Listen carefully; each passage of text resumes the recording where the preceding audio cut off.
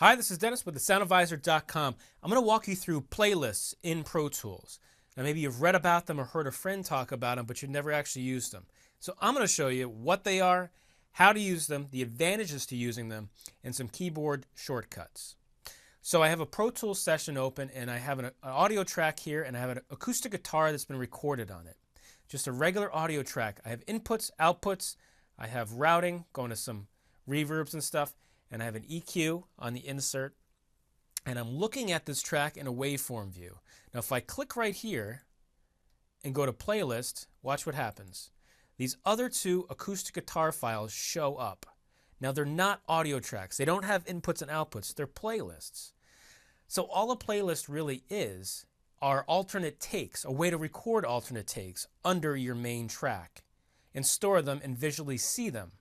But if I hit play, all I would hear is this one because it has an output. These don't have outputs. So how did I create a playlist?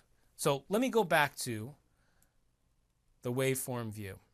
And an easy way to get back and forth is if on a PC, if I hold Control and Start and I click right here, it toggles between playlist and waveform.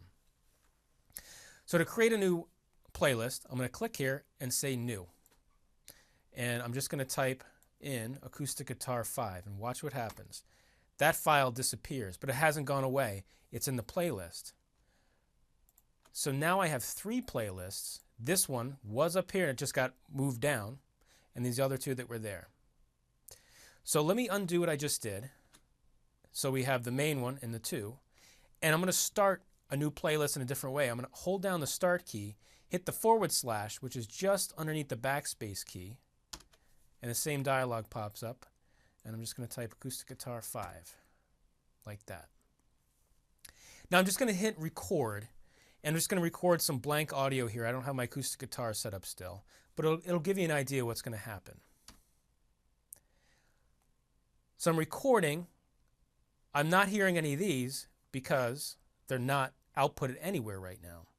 I'm not hearing this because there's nothing on the input.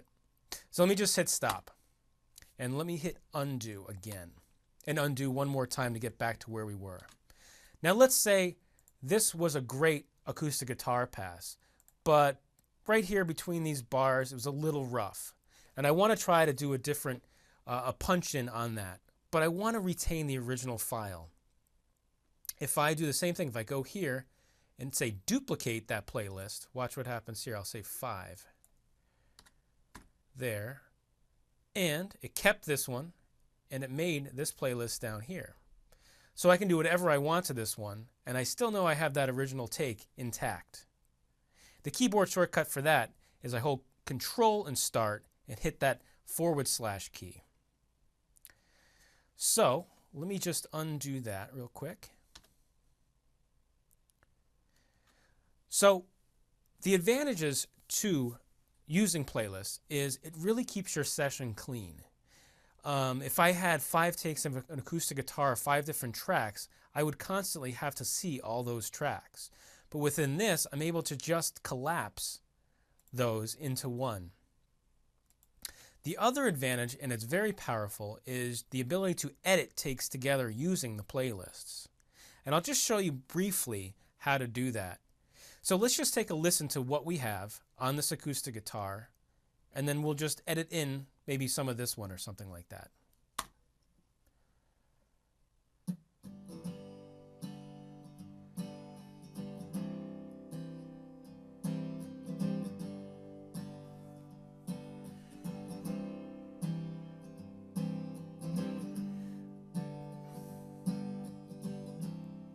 Okay, let's say right here, I want to try and I want to see what this sounds like up here. If I just highlight it and hit this little button here, it's going to snap that one up. So let's just take a listen to that. And the audio will jump from this take to this take, back to that take.